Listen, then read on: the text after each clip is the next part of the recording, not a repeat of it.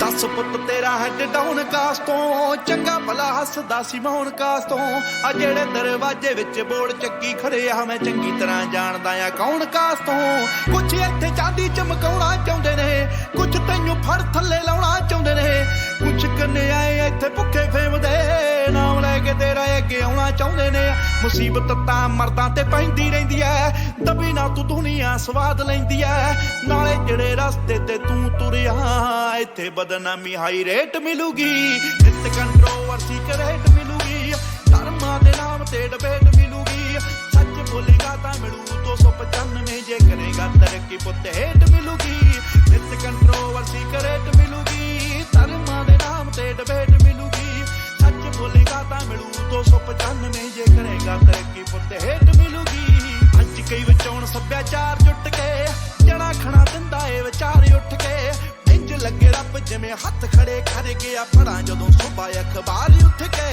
चुपड़े पुत्तरा नी भेद खोली दे लीडर ने इत्थे हकदार गोली दे ओ जिन्हां दे जवाकां दे ना जाउण ते सटीविया रखे बने फिरदे ओ मां बोली दे ओ झूठ मैनू इत्थों दे फैक्ट ये भी ने चोर बंदे उरों दे समाज सेवी ने सच वाला बाणा पा जो लोग लुटदे सजा इन्हां नूं भी छेती मेट मिलूगी नित कंट्रोवर्सी करेट मिलूगी धर्मां दे नाम ते डिबेट मिलूगी सच बोलेगा तां मिलू 295 जे करेगा तरक्की पुत हेट मिलूगी नित कंट्रोवर्सी करेट मिलूगी धर्मां दे नाम ते डिबेट मिलूगी सच बोलेगा तां मिलू 295 जे करेगा तरक्की पुत हेट मिलूगी आओ लोग वट्टे मारदे आ फड़े रुखां ते मिंटां विच पहुंच जांदे मावां कुखां ते कौन जित्ता कौन दल्ला कंजरी आ कौन इत्थे सर्टिफिकेट देण फेसबुकां ते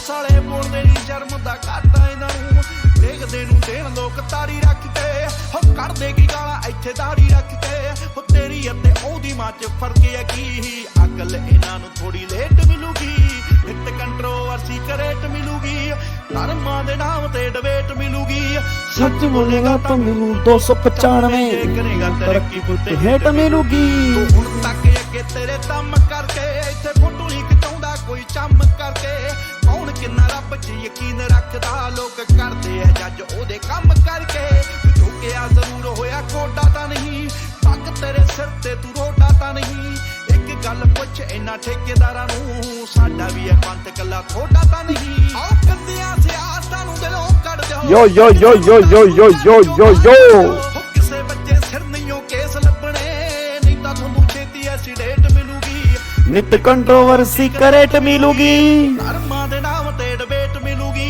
सच बोलेगा तां मिलू 295 जे करेगा तरक्की पुत हेट मिलूगी मीडिया कई बन बैठे अज दे गवार इको झूठ बोलदे आ ओ भी बार-बार बैठ के जनानियां ना करदे आ चुगलियां ते शोध नाम रखदे आ जज दा विचार शाम ते सवेरे भालदे विवाद ने ऐवें तेरे नाल करदे फसाद ने 24 घंटे नाले गुड इवनिंग जी की हाल चाल है वधिया हो सारे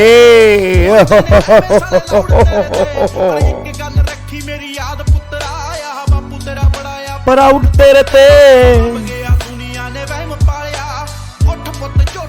मुझसे आलिया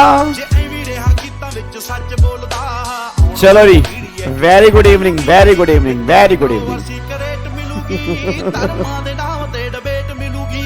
सच बोलेगा तो मिलू 295 करेगा तरक्की पुत हेट मिलूगी करेगा तरक्की पुट हेट मिलूगी ओ मिलने दो हेट ओ कोई दिक्कत वाली गल थोड़ा है चलो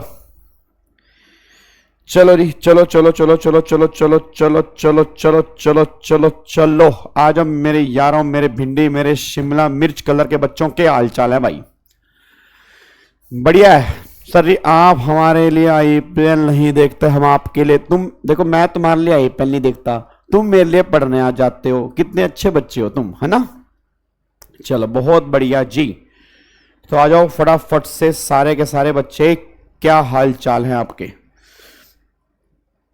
सर जी आपकी सॉन्ग लिस्ट यूं है यूं बढ़िया बढ़िया चलो आ जाओ यार फटाफट से क्वेश्चन की प्रैक्टिस करते हैं तो अब हम यहां पे जीएसटी, अब हम यहां पे जीएसटी, अब हम यहां पे जीएसटी के क्वेश्चन कर रहे थे।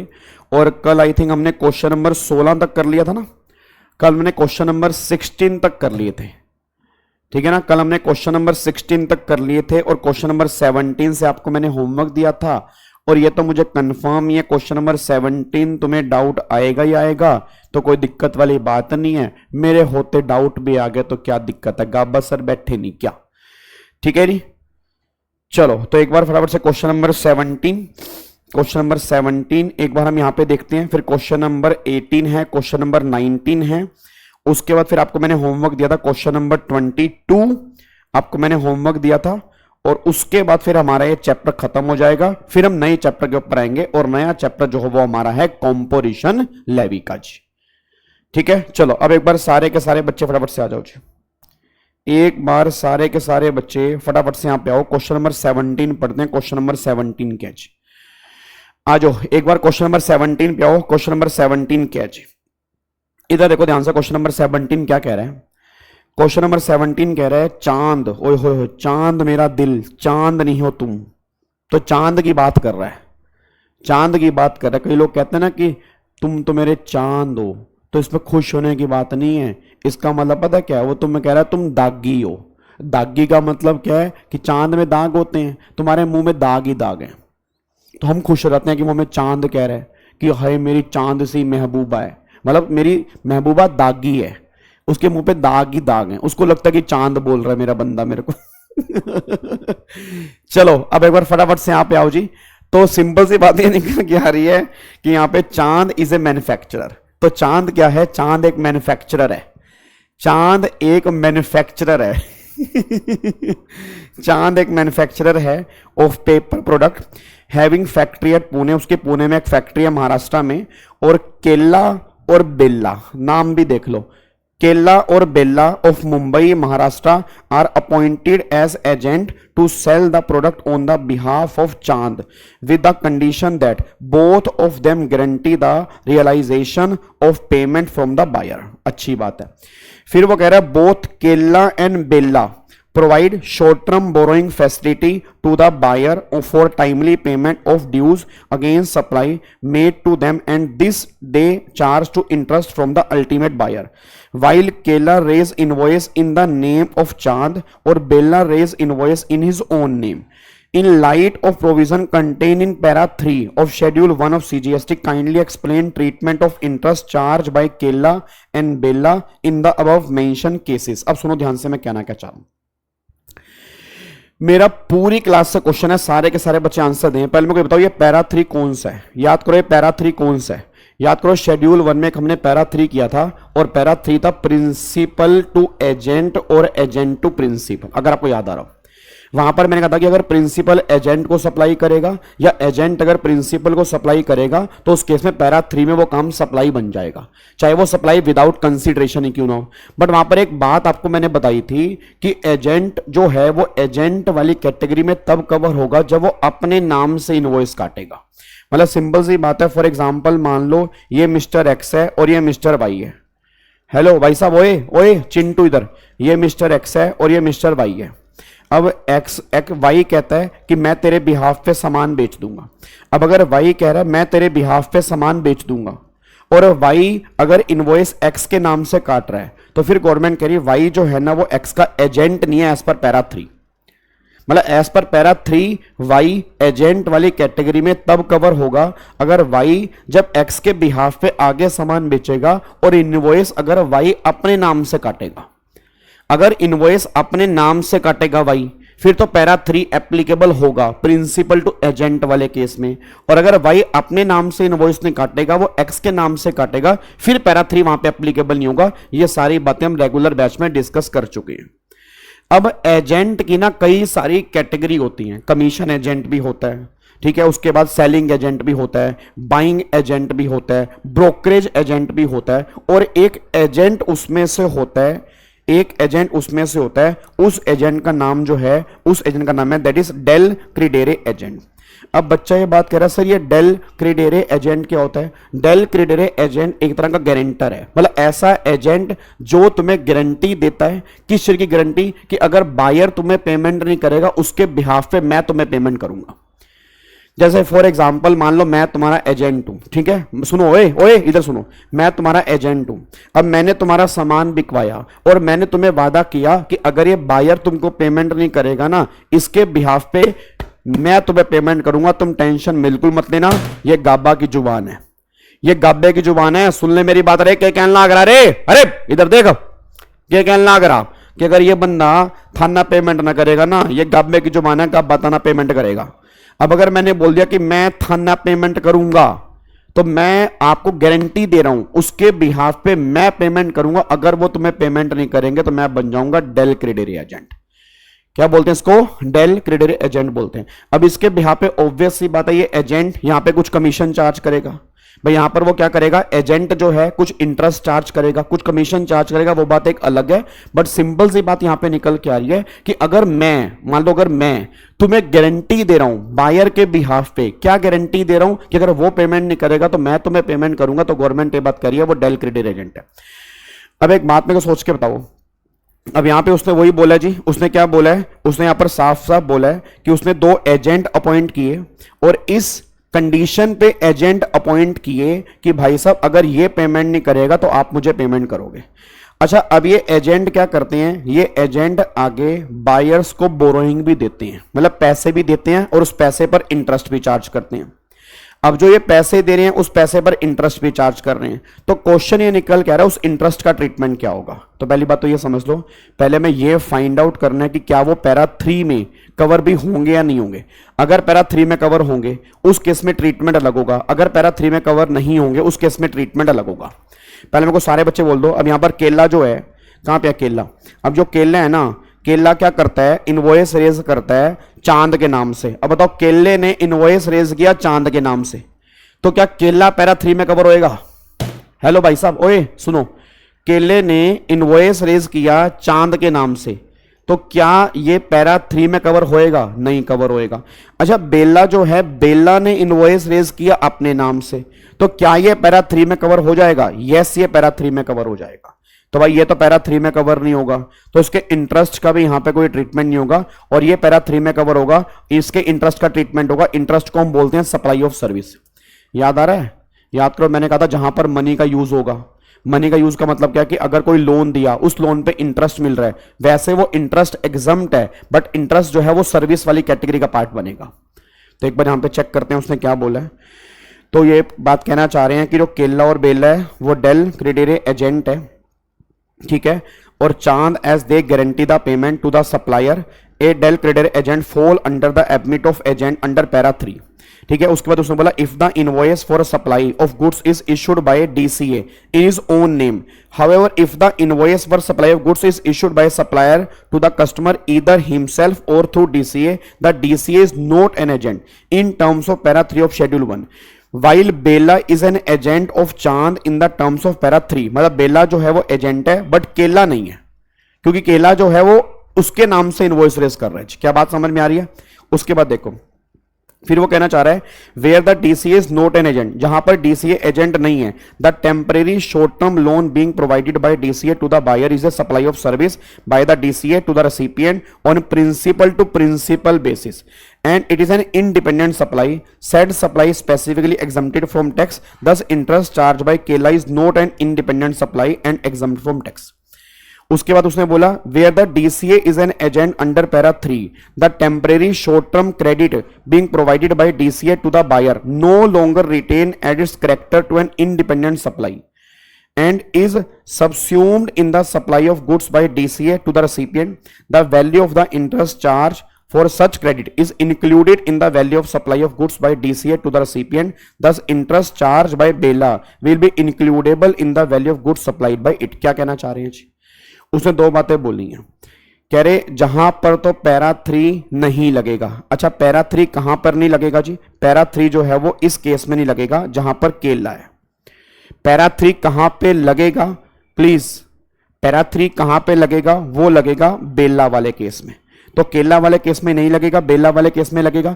अब जहां पैरा 3 नहीं लग रहा तो गवर्नमेंट ने बोला जो उसने लोन दिया उस लोन के बदले में इंटरेस्ट चार्ज हो रहा है, तो फिर गवर्नमेंट ने बोला वो एक इंडिपेंडेंट सप्लाई है, वो एक इंडिपेंडेंट सप्लाई है। इंटरेस्ट वाला पार्ट सप्लाई ऑफ सर्विस है और इंटरेस्ट पे जीएसटी नहीं लगता, वो एग्जम्प्ट है। बट जहां पे बेला है तो पैरा 3 वहां पे लग रहा है, तो पैरा 3 वहां पे लग रहा है, तो जो सामने वाली पार्टी से इंटरेस्ट चार्ज हो रहा है उस इंटरेस्ट की वैल्यू को हम इंक्लूड करेंगे और टोटल वैल्यू के अकॉर्डिंग चार्ज करेंगे। बस ये पर ध्यान दो, मतलब जो गुड्स की वैल्यू होगी उसमें इंटरेस्ट को हम चार्ज करेंगे और टोटल वैल्यू हम सामने वाले बंदे से रिकवर करेंगे जहां पे पैरा 3 लग रहा है। बस ये पर ध्यान देना चाहिए। क्या बात में समझ में आ रही है? सर आप अपना एग्जाम्पल देके समझा दो। लो जी, कलेश ही खत्म हो गया। इसमें पता नहीं ऐसा क्या हो गया कि तुम्हें इस एग्जाम्पल में समझ नहीं आ रहा। प्रॉब्लम पता है क्या है? तुम्हें नाम पसंद नहीं आ रहे, सबसे बड़ी दिक्कत ये है। ठीक है ना, मेरे से पूछ लो तुम्हें क्या दिक्कत आ रही है। बच्चा कह रहा है क्या एग्जाम्पल, बेला केला बेला केला हमारे पल्ले नहीं पड़ रहा। इधर देखो ध्यान से नालायको, ये मिस्टर एक्स है। अब तुम्हें 2 मिनट में समझ आएगा। ये मिस्टर यहां पे एक्स है, ये मिस्टर वाई है और ये मिस्टर जेड है। ठीक है ना, अब सुनो ध्यान से, ये एक्स है, ये वाई है, ये जेड है। एक्स प्रिंसिपल है, इसने 2 एजेंट बुलाए कि तुम मेरे बिहाफ पे आगे सामान बेचो।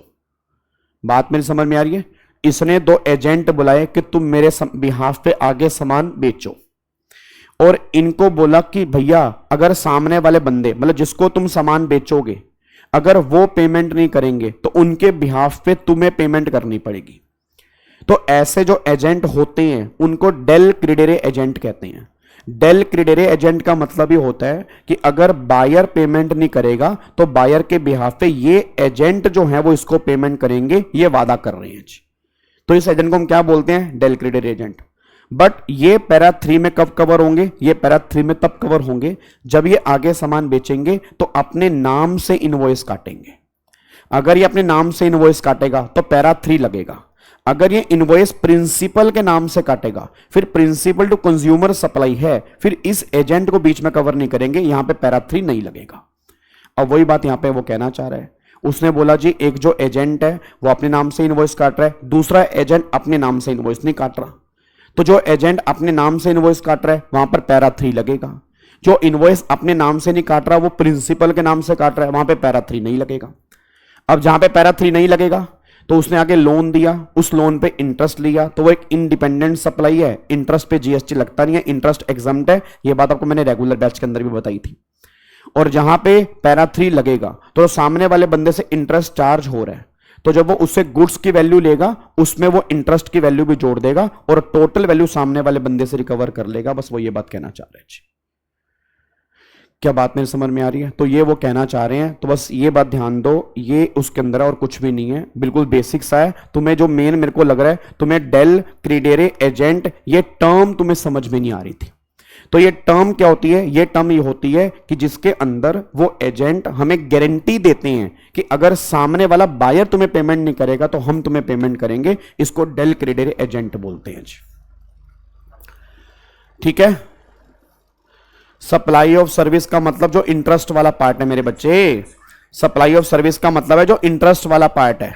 क्या हो गया? तुम्हें सर्विस की डेफिनेशन याद करो, जहां पर मैंने कहा था कि तुम अगर मनी का यूज करते हो वो सर्विस की सप्लाई बन जाती है। मैंने लोन दिया, लोन के बदले में इंटरेस्ट आया, तो जो इंटरेस्ट है वो सेपरेट कंसीडरेशन है, that is supply of service ना, वो उसकी बात कर रहे हैं। ओमकार कह सकते हो, बट हमें नाम जीएसटी में वो यूज करना जो यहां पे दिया हुआ है जी। ठीक है, चलो अब अगले पॉइंट पर आओ जी। अब ये पॉइंट हमारा क्लियर हो गया। अब अगला देखो, अगला क्वेश्चन क्या है? अगला क्वेश्चन कह रहा है explain the concept of composite supply and mix supply. A trader launch a package sale for marriage containing double bed, refrigerator, washing machine, wooden wardrobe at a single rate. ध्यान से सुना, he is issuing an invoice showing value of each good separately, whether this is a case of mixed supply or composite supply। बताओ इसका answer, बताओ जी क्या आएगा जी? इसका answer बताओ क्या आएगा? तुम 100% इस क्वेश्चन में गलती करोगे अगर तुम ध्यान से नहीं पढ़ोगे। और जो बच्चे मेरे को नॉर्मल सप्लाई बोल रहे हैं ना, मेरे को रीजन बताएं नॉर्मल सप्लाई क्यों है जी। मेरे को रीजन बताएं नॉर्मल सप्लाई क्यों है। तुम सारे कह रहे हो ना कि नॉर्मल सप्लाई है, रीजन बताओ नॉर्मल सप्लाई क्यों है। तुमने नॉर्मल सप्लाई बोला, बट एक बात बताओ, यहां पे लिखा तो है एट ए सिंगल रेट, तो इस सिंगल रेट का मतलब क्या है भाई? जहां पे सिंगल रेट होता है वहां तो मिक्स सप्लाई नहीं होती। जहां पे सिंगल रेट होता है तो वहां पे मिक्स सप्लाई नहीं होती क्या? इसको तो मिक्स सप्लाई क्यों नहीं कह रहे? मेरे को रीजन बताओ। हाँ, नॉट नेचुरली बंडल है, ठीक है, नॉट नेचुरली बंडल है, तो नॉट नेचुरली बंडल तो मिक्स सप्लाई होनी चाहिए। बट सिंगल रेट का मतलब फिर क्या है? वो कहना चाह रहा है कि जो वो a trader launch a package, उसने एक पैकेज लॉन्च किया, sale for marriage containing double bed, refrigerator, washing machine, wooden wardrobe at a single rate, he is issuing an invoice showing value of each good separately. इसका मतलब क्या है? वो ये बात कहना चाह रहा है, उसने पैकेज निकाला, उस पैकेज में उसने ये 4 आइटम रखी, उन चारों आइटम का रेट सेम है। चारों आइटम का रेट सेम है का मतलब क्या है कि 1 लाख का बेड है, 1 लाख का सोफा है, 1 लाख का ड्रेसिंग टेबल है। वो ये नहीं कह रहा कि वो सिंगल प्राइस चार्ज कर रहा है। मैं दोबारा बोलूंगा, सर वो सिंगल प्राइस चार्ज करने की बात नहीं कर रहा, उसने कहीं नहीं लिखा वो सिंगल प्राइस चार्ज कर रहा है। चार्ज की बात नहीं हो रही यहां पे, बात मेरी समझना, अभी चार्ज की बात नहीं हो रही।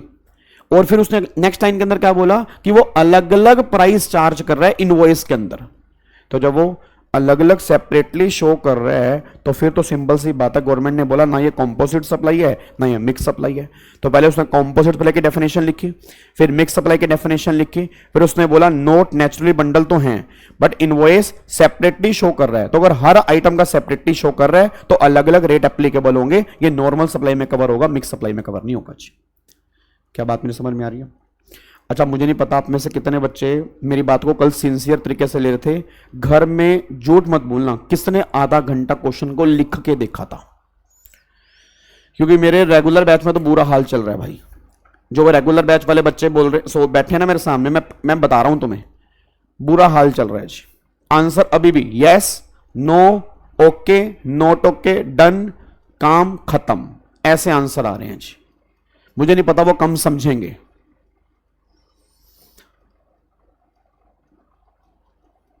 लिख के की थी ना प्रैक्टिस, मैं आपको बार बार कह रहा हूं कोई फायदा नहीं है सर इन लेक्चर का।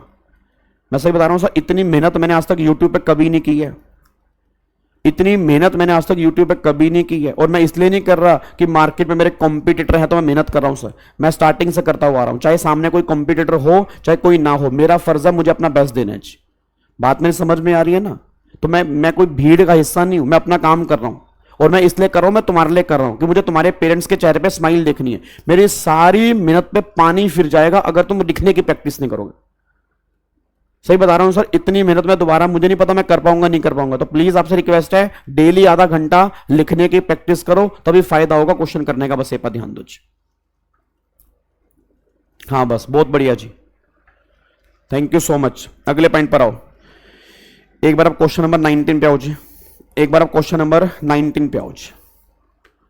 एक बार क्वेश्चन नंबर 19 पे आओ। देखो क्वेश्चन नंबर 19 क्या है, कह रहा है examine whether the following activity would amount to supply under GST. क्या ये जीएसटी में सप्लाई बनेगी नहीं बनेगी? अब देखो यहां पे क्या लिखा है, कह रहा है ग्लोरी लिमिटेड। अब glory limited is engage in manufacturing and selling of cosmetic product. सेवा trust, a charitable organization, approach Glory Limited to provide financial assistance for its charitable activity. फिर वो कह रहा है Glory Limited donated a sum of 2 lakh to Seva trust with a condition that Seva trust will place a hoarding at the entrance of the trust premises displaying the picture of product sold by the Glory Limited. कितना गंदा इंसान है यार, छी। क्या कह रहा है पता? क्या कह रहा है? कह रहा मैं तुम्हें डोनेशन दे रहा हूं, मेरी फोटो लगा देना, मैं कौन सा प्रोडक्ट बेचता हूं। 7 दिन में रंग गोरा, फेयर एंड हैंडसम, दूध से सफेदी, निरमा से आए, रंगीन कपड़ा भी खिल खिल जाए। बात समझ रहे हो? मतलब डोनेशन दे रहा भाई, डोनेशन दे रहा, किसी की हेल्प कर रहा है। क्या हेल्प कर रहा है? बदले में अपनी मार्केटिंग करवा रहा है। डोनेशन तो वो होती है जो लोग गुप्त दान के नाम से करते हैं। कह रहे हैं लो 2 लाख रुपए की डोनेशन ले लो और मेरा नाम छाप दो, मेरा प्रोडक्ट छाप दो। तो गवर्नमेंट यहां पे सर्कुलर लेके आई थी। गवर्नमेंट ने कहा सुनो हेलो सुन, अगर तू ऐसी मार्केटिंग करेगा, अगर तू ऐसी मार्केटिंग करेगा ना, इस मार्केटिंग को हम डोनेशन नहीं बोलेंगे, प्योर डोनेशन नहीं है, ये झूठी डोनेशन है, ये प्योर डोनेशन नहीं है। तो सिंपल सी बात है, इसको हम क्या करेंगे, इसको हम यहां पे सप्लाई मानेंगे और इस पे जीएसटी लगेगा। बस ये पर ध्यान दो।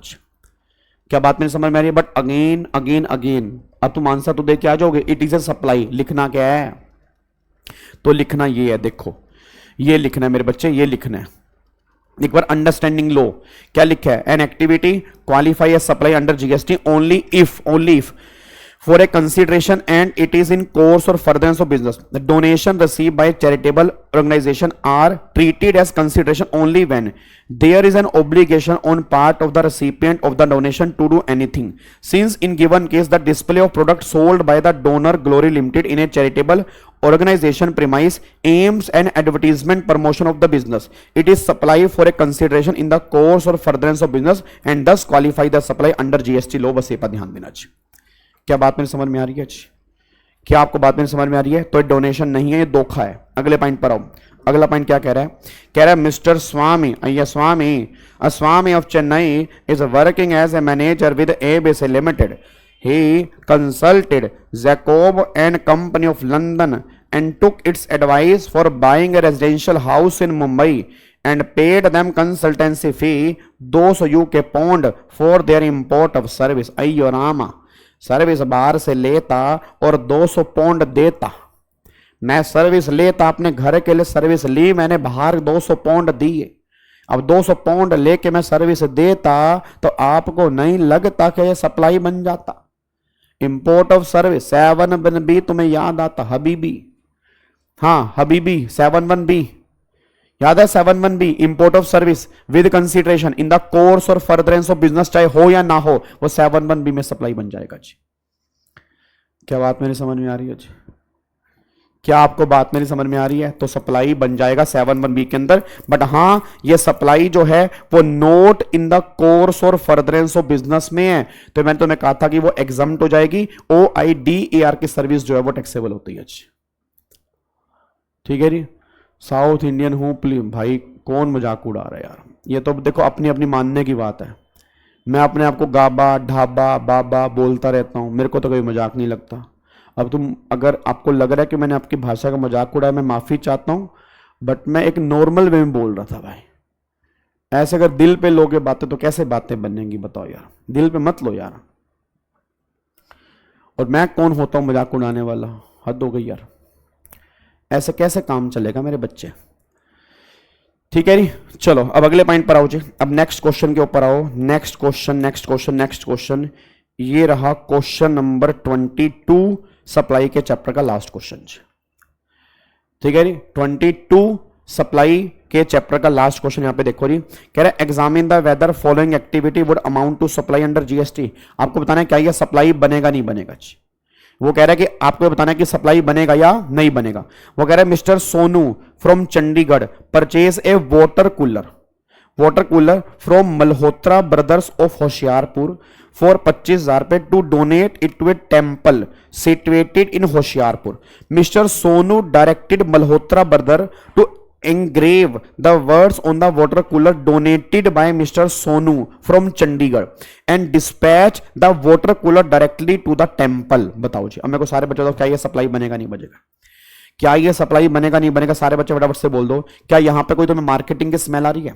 क्या उसने मतलब कहीं ऐसा लिखा है कि मेरा धंधा ये है, मेरा फोन नंबर ये है, मेरे बिजनेस का नाम ये है? वाटर कूलर पे अपना नाम लिखने का मतलब ये नहीं है कि वो मार्केटिंग कर रहा है। यार एक बात मेरे को बताओ, आजकल बड़े बड़े मंदिर होते हैं, वहां पे कमरे बने होते हैं, कमरे के ऊपर नेम प्लेट लगी होती है कि ये कमरा इसने अपनी एक्स की याद में बनवाया। एक्स का मतलब किसी पर्सन का नाम लिखा होता है। कई बार तो टाइलों पे नाम लिखे होते हैं, ये टाइल इसने डोनेट की है। तो नाम लिखना इज नॉट ए मार्केटिंग। अब उस पे नाम लिख दिया सोनू, तो सोनू तू हम पे भरोसा कर ले सोनू तू क्लास में जल्दी आया कर सोनू तू सामने बैठ के पढ़ा कर। तो सोनू तो कितने होंगे मार्केट में? अब सोनू तो चंडीगढ़ में हजारों सोनू चंडीगढ़ में होंगे। कौन है, क्या धंधा करता है, फोन नंबर क्या है, ये तो पता ही नहीं है। तो गवर्नमेंट ने कहा भाई ये मार्केटिंग नहीं है, ये उसकी तरह नहीं है। आप समझ रहे हो? ये उसकी तरह नहीं है। किसकी तरह नहीं है जी? ये जो ऊपर था, जो कह रहा था कि मेरे प्रोडक्ट की फोटो लगाओ, इसने कुछ ऐसा नहीं बोला। ये डोनेशन मार्केटिंग में कवर नहीं है। तो मार्केटिंग में कवर नहीं है तो इस पे कोई जीएसटी की बातें नहीं होंगी, इसको सप्लाई से बाहर निकालेंगे जी। क्या बात मेरे समझ में आ रही है? अगले पॉइंट पे देखो। अब वो कह रहा है Wesco limited A registered person is Ahmedabad Gujarat having head office located in Singapore, receive management consultancy service free of cost from his head office. याद आ रहा है? याद करो, import of service by any person from related person or from his other establishment outside India. तो क्या his other establishment outside India है? Yes है. Free of cost in the course or furtherance of business? Yes. 7(1)(c) schedule 1 के para 4 में ये काम supply बनेगा, बस ये पर ध्यान दो जी. तो एक बार देख लो इसके अंदर क्या लिखना है जी. अगर आप चेक करोगे यहां पर पहला केस तो ये दिया हुआ जी, ठीक है. पहला केस तो यहां पे ये दिया हुआ है.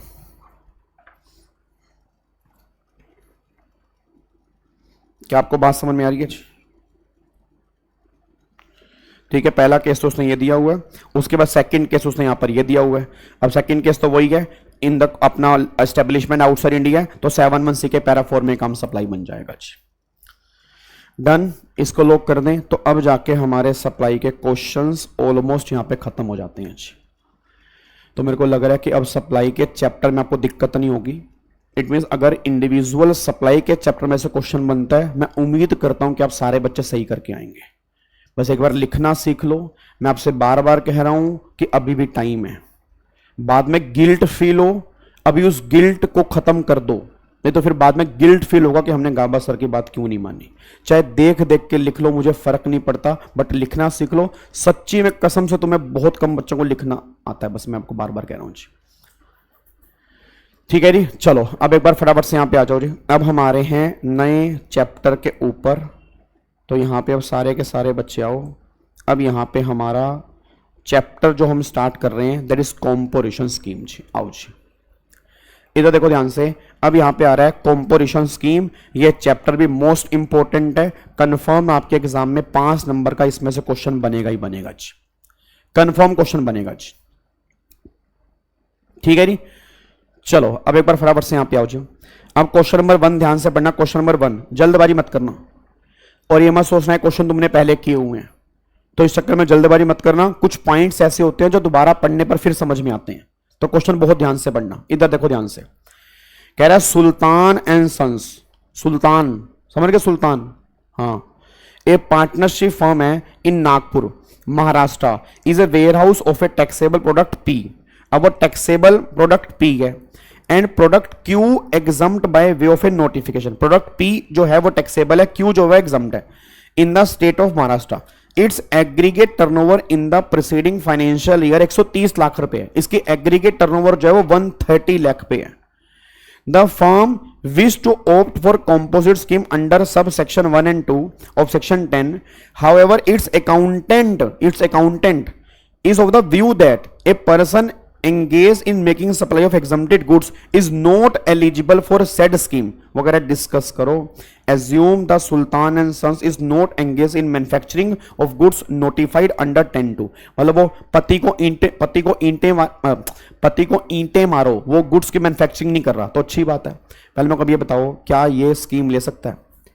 क्या ये स्कीम ले सकता है? उसका अकाउंटेंट कह रहा है यार.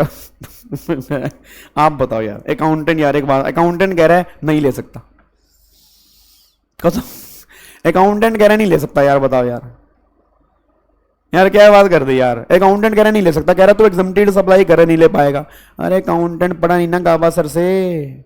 अगर अकाउंटेंट गाबा सर से पढ़ता तो उसको बताते कि बेटे एग्रीगेट टर्नओवर में सारी टर्नओवर आती है, ठीक है, एग्जम्प्टेड भी आती है, टैक्सेबल भी आती है. हाँ, अगर वो खाली नॉन टैक्सेबल गुड्स की सप्लाई कर रहा होता तो फिर भी सोच लेता.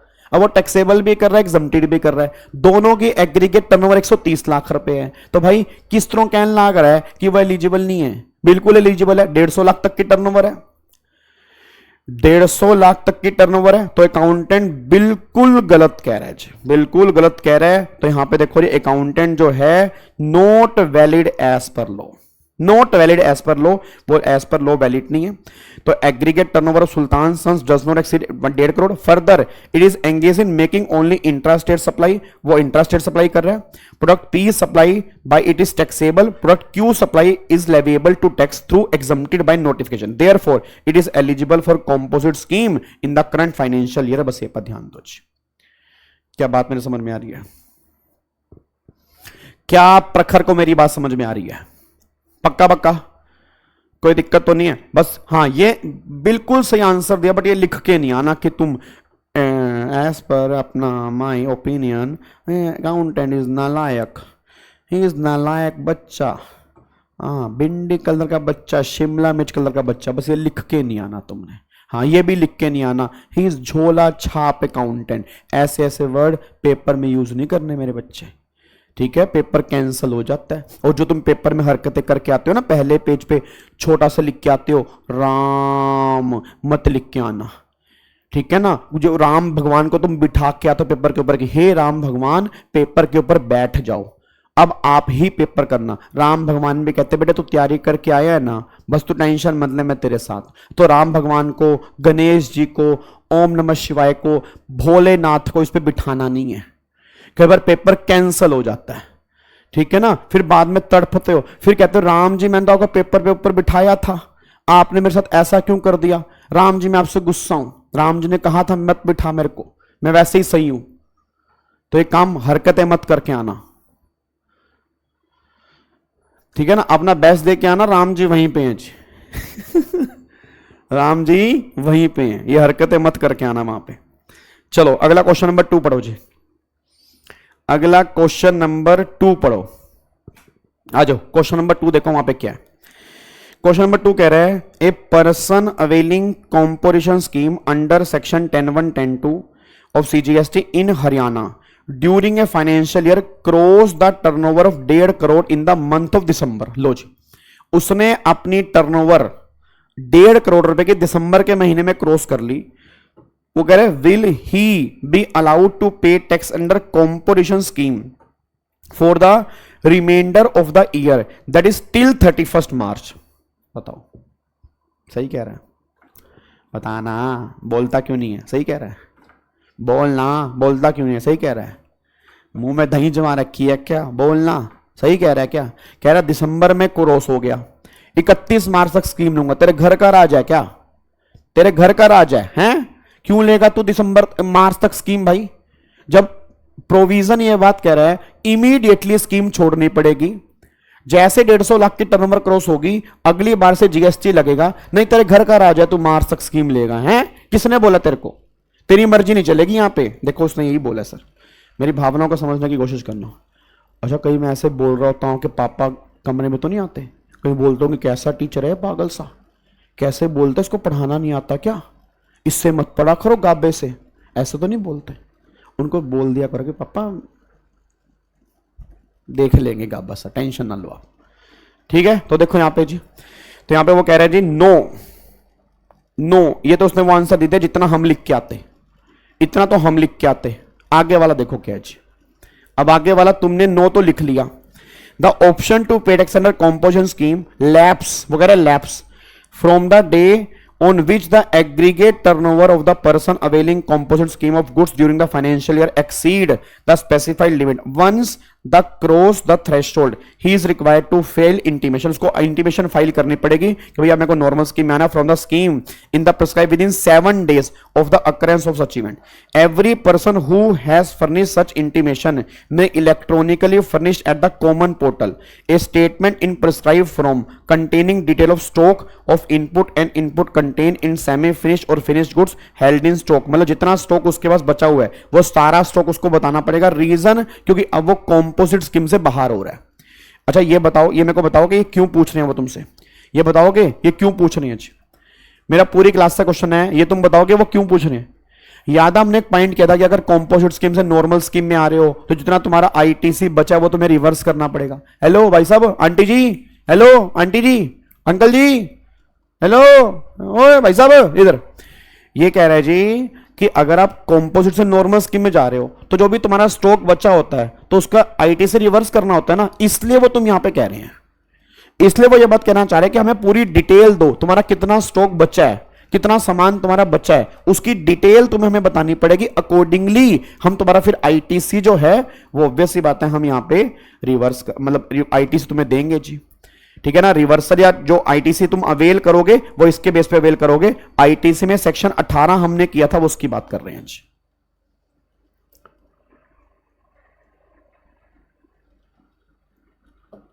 क्या बात मेरे समझ में आ रही है? Done done done done. तो अगर वो कॉम्पोजिट से नॉर्मल स्कीम में जा रहा है, ये कॉम्पोजिट से नॉर्मल में जा रहा है ना, तो उसको आईटीसी मिलेगा। अगर ये नॉर्मल से कॉम्पोजिट में जा रहा होता फिर इसको आईटीसी रिवर्स करना पड़ता जी।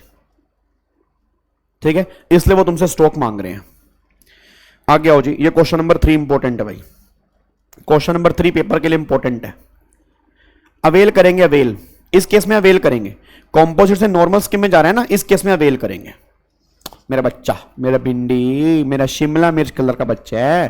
प्यारे प्यारे बच्चे, इतने सोने सोने बच्चे सामने बैठे हैं नारंगी कलर के। हाँ जी, फटाफट से मेरे को बताओ अब इस क्वेश्चन का आंसर दो। ये क्वेश्चन इंपॉर्टेंट है भाई, इस क्वेश्चन का मुझे आंसर दो, ये क्वेश्चन इंपॉर्टेंट है।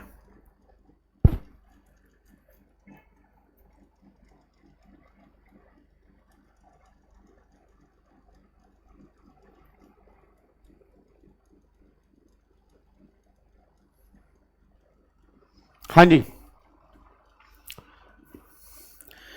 What about capital goods? तो कैपिटल गुड्स वाले केस में आईटीसी मिलता है 5% ईच क्वार्टर और पार्ट माइनस करने के बाद। सिमरन वो हमने किया था ना। अब बताओ, ये कह रहा है determine whether the supply in the following cases are eligible for composite scheme. क्या आप एलिजिबल हो प्रोवाइडेड देयर टर्नओवर जो है प्रीसीडिंग फाइनेंशियल ईयर में 1.5 करोड़ तक है। अब वो कह रहा है Mohan enterprises is engage in the trading of pan masala in Rajasthan and is registered in the same state. इसकी ऐसे की तैसे, कहां है मेरा त्रिशूल, कहां है त्रिशूल, कहां है? हाँ रे ओ इधर आ। तूने स्कीम बताओ, ये स्कीम के एलिजिबल नहीं है भाई ना, मतलब ही नहीं ना ना ना ना, बिल्कुल भी नहीं भाई। बात सुन मेरी, ये स्कीम के एलिजिबल नहीं है, ये स्कीम के एलिजिबल नहीं है। जल्दी बोल फटाफट से, एलिजिबल है या नहीं है? है, क्योंकि मैन्युफैक्चरिंग नहीं कर रहा है, ट्रेडिंग कर रहा है। आपको मैंने कहा था ये जो हरकतें होती हैं, इनके जो मैन्युफैक्चरर हैं, इनके जो क्या हैं वो इनके जो मैन्युफैक्चरर हैं वो यहां से बाहर हैं। ट्रेडर ये स्कीम ले सकते हैं, बस ये बात ध्यान दो जी। क्या बात मेरे समझ में आ रही है? ट्रेडर में कोई दिक्कत नहीं है, मैन्युफैक्चरर यहां से बाहर हैं, ट्रेडर में कोई दिक्कत नहीं, ट्रेडर स्कीम ले सकता है, कोई दिक्कत नहीं है। अगले पॉइंट पर आओ। कह रहा है सुगम manufacturer has registered office in Punjab and Haryana, supply goods in neighbouring state. बताओ, दूसरों के घर में झांक रहा है यार, बताओ यार, दूसरे घर में झांक रहा है, इधर झांक रहा है उधर झांक रहा है, कोई मतलब बना है? फिर कह रहा है मैं छोटा बिजनेसमैन हूं, मतलब वहां ताड़ रहा, यहां ताड़ रहा। देखो हरियाणा पंजाब नेबरिंग स्टेट में जा रहा है, तो भैया फिर तो तू एलिजिबल नहीं है जी। सिंपल सी बात है, फिर तो एलिजिबल नहीं है, क्योंकि इंटर स्टेट सप्लाई तो एलिजिबल ही नहीं होती जी। इंट्रा स्टेट वाले तो फिर भी ठीक है, इंटर स्टेट सप्लाई वाले एलिजिबल नहीं होंगे, बस ये पर ध्यान दो जी। क्या बात मेरे समझ में आ रही है जी? तो यहां पे एक बार फटाफट से देख लो जी। अब देखो ये आंसर आपको लिख के आना है जी, एक बार पूरा पढ़ लो फटाफट से, 2 मिनट लगाओ जी। बड़ा, हाँ जी फटाफट से आओ जी।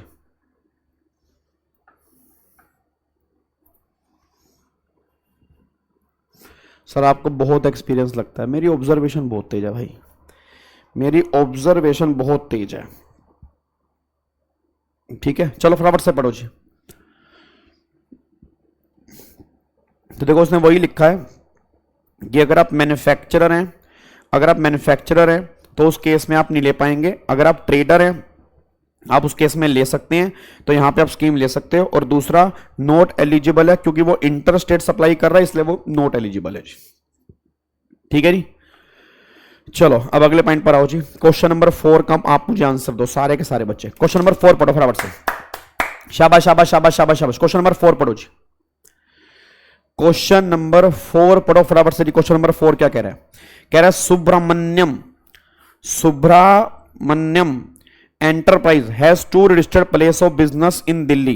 Its aggregate turnover for the preceding year for both the place of business was 120 lakh.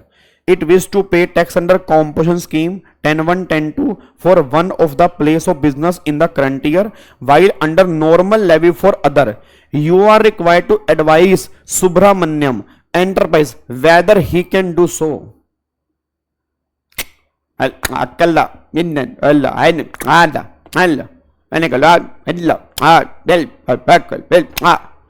Baahubali की लैंग्वेज मैंने इसको समझा दिया, इसको मैंने बाहुबली की लैंग्वेज में समझा दिया कि भाई तू ऐसा नहीं कर सकता। यही मैंने बोला था इससे पहले कि ना ये ऐसा कर ही नहीं सकता, पॉसिबल ही नहीं है। आपको मैंने क्या कहा था कि अगर सेम पेन के अंदर है, स्कीम लेनी है तो सबको लेनी है, छोड़नी है तो सबको छोड़नी है। तो भाई जो ये कह रहे हैं ना कि मैं यहां पे स्कीम ले लूंगा और इसके लिए स्कीम नहीं लूंगा, ये पॉसिबल नहीं है जी, ध्यान रखना, ये चीज पॉसिबल नहीं है। तो देख लो यहां पे जी, आंसर देखना एक बार फटाफट से जी। कटप्पा की लैंग्वेज में मैंने समझा दिया इसको, वो था ना वो काल का बाहुबली के अंदर, मैंने समझा दिया इसको 2 मिनट में जी। ठीक है जी, इधर देखो ध्यान से, यहां पे वही कहना चाह रहे हैं। तो वो कह रहा है registered person with aggregate turnover in preceding financial year 1.5 crore है, ठीक है, Delhi. Since aggregate turnover of Subramanian does not exceed 1.5 crore is eligible for composite scheme. However all registered person having the same PAN have to opt for composite scheme. If one registered person opt normal scheme, other become ineligible for composite scheme. ठीक है, the Subramaniam जो है have to opt composite scheme for both the place of business. वो एक के लिए नहीं ले सकता, बस ये पर ध्यान दो। क्या बात मेरी समझ में आ रही है? ठीक है जी। सर आप इंदिरापुरम में कहां रहते हो? मैं नहीं बता रहा भाई कहां रहता हूं। हाँ तो मेरे घर में आके नीचे आवाज मारोगे मेरे को। चलो इस पॉइंट पे आओ जी। अब यहां पे देखो, ये क्वेश्चन करो, ये बहुत बढ़िया क्वेश्चन है जी, अगेन बहुत बढ़िया क्वेश्चन है जी, अगेन बहुत बढ़िया क्वेश्चन है। क्वेश्चन पढ़ो फटाफट से जी, सारे बच्चे जल्दी क्वेश्चन पढ़ो फटाफट से।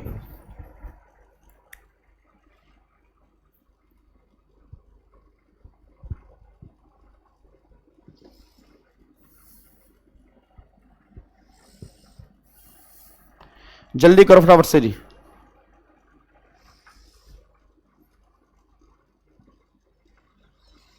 आंसर दो मुझे फटाफट से जी। प्रिया क्वेश्चन 4 ये बात कहना चाह रहा है कि वो एक के लिए नॉर्मल स्कीम लेना चाहता है, एक के लिए कॉम्पोजिट लेना चाहता है, तो क्या वो पॉसिबल है? नहीं। अगर सेम पेन के अंदर उसके 2 ऑफिस हैं तो या तो दोनों के लिए कॉम्पोजिट स्कीम ले ले या वो दोनों के लिए नॉर्मल स्कीम ले ले, एक एक वाला काम नहीं चलेगा जी।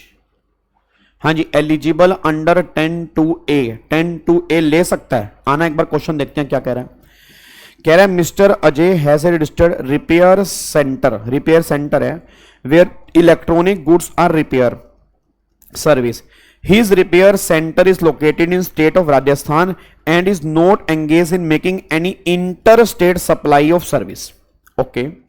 His aggregate turnover in the preceding financial year जो है 45 लाख, उसके पिछले साल की टर्नओवर 45 लाख है। With reference to the provision of CGST, examine whether Mr. Ajay can opt for the composite scheme under 10(1), 10(2). क्या वो 10(1), 10(2) में स्कीम ले सकता है इन करंट फाइनेंशियल ईयर, और whether he is eligible to avail the benefit of composite scheme under 10(2)(a)। बात मेरी सुन ले भाई। हेलो ओए ओए हेलो, फोन छोड़ नालायक, बात मेरी सुन ले। ये 10(1), 10(2) की स्कीम नहीं ले सकता, ये 10(1), 10(2) की स्कीम नहीं ले सकता, तो मतलब नहीं ले सकता। ये 10(2) में जाएगा क्योंकि 10(1), 10(2) किसको मिलती है? गुड्स के मैन्युफैक्चरर को, गुड्स के ट्रेडर को, रेस्टोरेंट सर्विस वालों को, इसको नहीं मिलेगी क्योंकि ये 10(1), 10(2) में कवर ही नहीं है। ये 10(2)(a) में ले सकता है क्योंकि टर्नओवर पिछले साल की 45 लाख की है। फिर वो कह रहा है consider the option of payment of tax available. अब उसमें बताओ कितना वो टैक्स पे करेगा, एज्यूमिंग उसके एग्रीगेट टर्नओवर 35 लाख रुपए है। अब अगर 35 लाख रुपए है तो भाई 35 लाख रुपए का 3% CGST, 35 लाख का 3% SGST, या मतलब टोटल 6% लगा लो जी। इधर देखो 35 लाख का 6% देखो तो 2,10,000 रुपये आएगा यहाँ पे जी। तो 2,10,000 रुपये आएगा, इसका हाफ ऑफ कर लो जी, बस सिंपल सी बात है जी।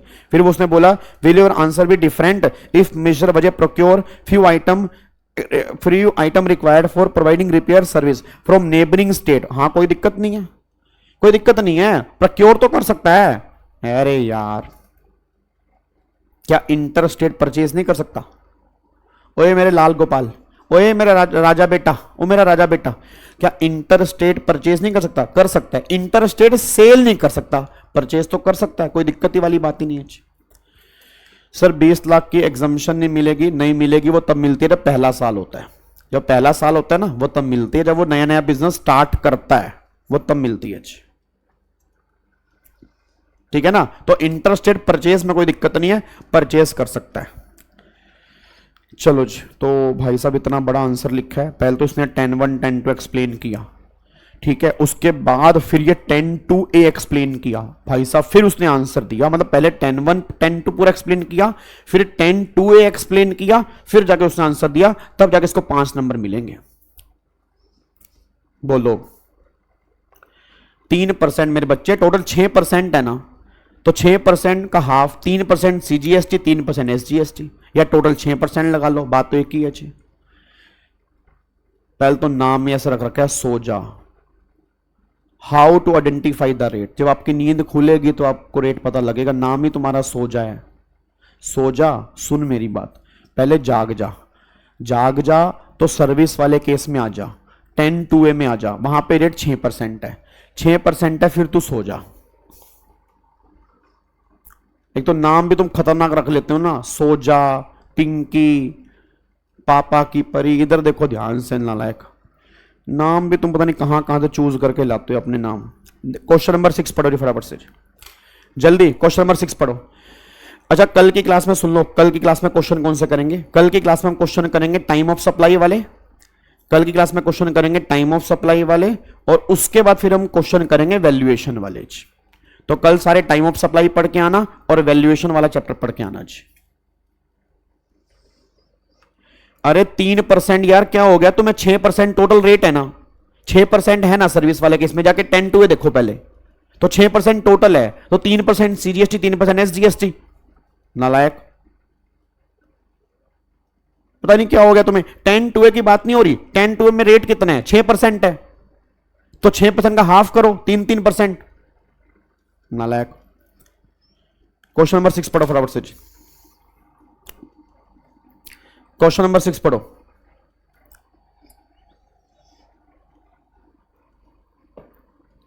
क्वेश्चन नंबर 6 पढ़ो फटाफट से,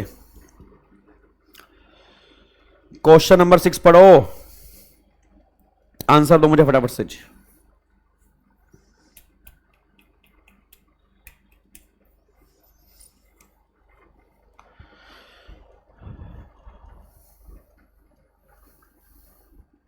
बोलो क्या आंसर है इसका, 12 लाख रुपए तक की वो सर्विस दे सकता है।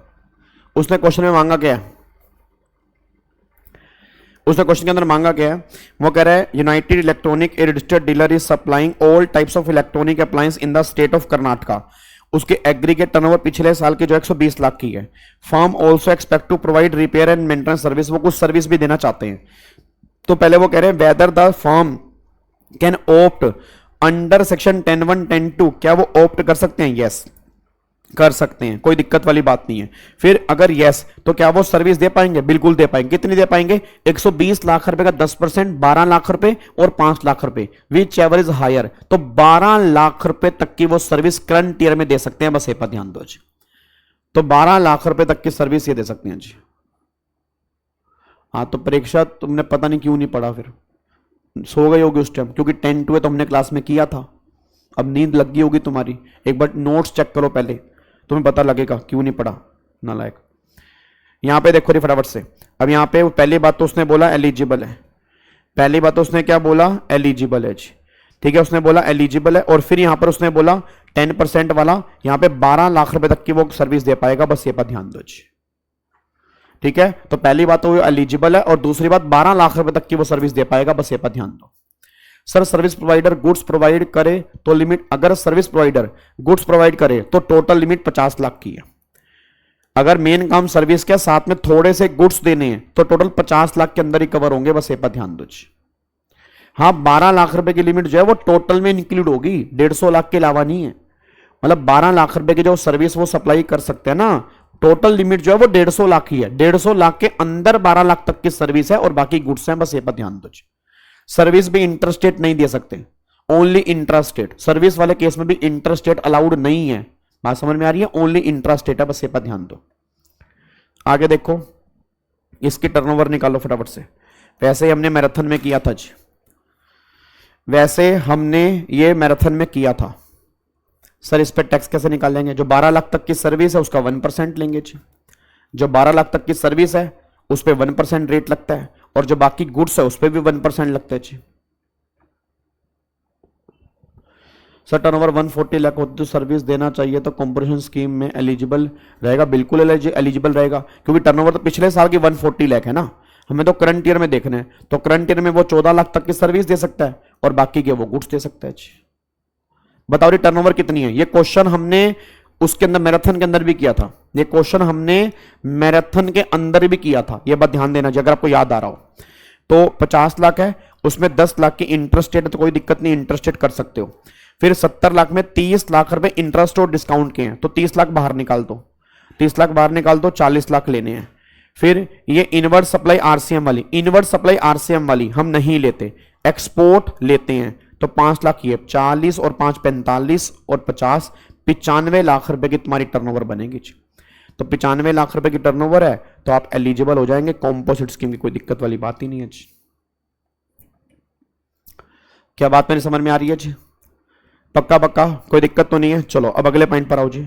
अब ये क्वेश्चन भी हमारा लास्ट क्वेश्चन आज की क्लास का, और ये क्वेश्चन भी मेरे को पता नहीं क्यों याद आ रहा है, ये क्वेश्चन भी हमने मैराथन में किया था जी, ये क्वेश्चन भी हमने मैराथन में किया था, ये वाला क्वेश्चन भी हमने मैराथन में किया था, अगर आपको याद आ रहा हो। जो हमारी 8 घंटे वाली मैराथन थी ना, अगर किसी ने नहीं देखी तो वो देख लेना बेटा, बहुत बढ़िया मैराथन है। जिन्होंने वो देखी है उनसे पूछना, उन 8 घंटों में 4 चैप्टर हमने कितने बढ़िया तरीके से और विद क्वेश्चन रिवाइज किए हैं। तो जिनको नहीं पता वो एक बार देख लेना जी। हाँ नहीं, फटाफट से बताओ जी।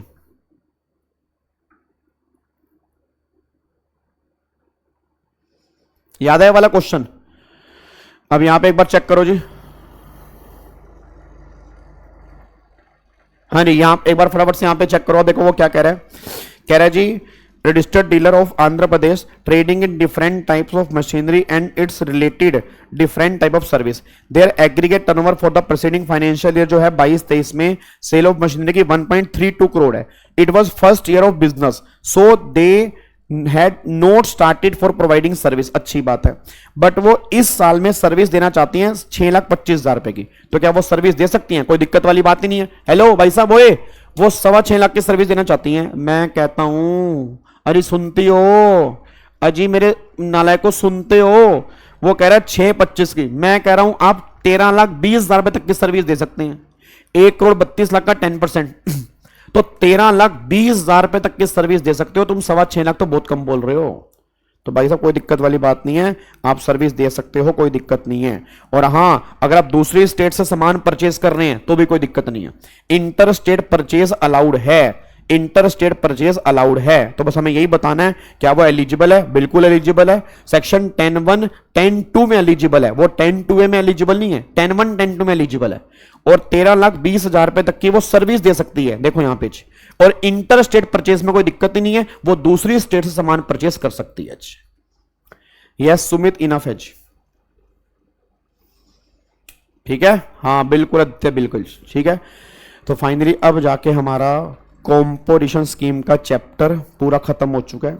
अब देखो 3 चैप्टर हमने बहुत बढ़िया तरीके से कर लिए, सप्लाई बेसिक वाला और कॉम्पोजिशन स्कीम।